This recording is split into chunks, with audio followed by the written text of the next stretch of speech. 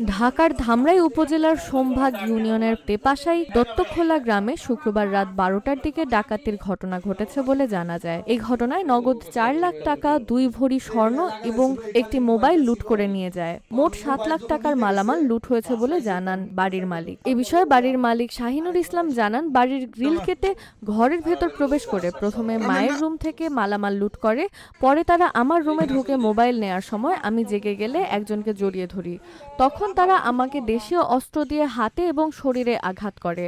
পরে তারা সবাই পালিয়ে যায়।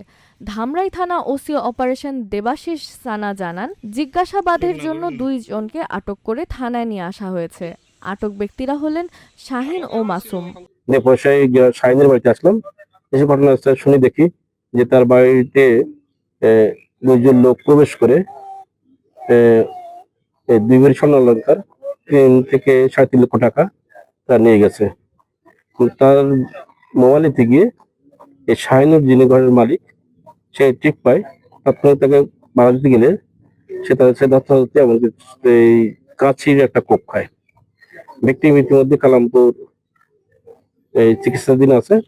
আমরা ঘটনাস্থলে এসে সবকিছু পারিপার্শ্বিক দিক দিয়ে তদন্ত করে দেখলাম ঘটনার সত্য, এবং পরবর্তী যে আইনের ব্যবস্থা যেটা নেওয়ার দরকার আমরা সেভাবে কাজ করে সামনে দিকে এগিয়ে চলে যাব।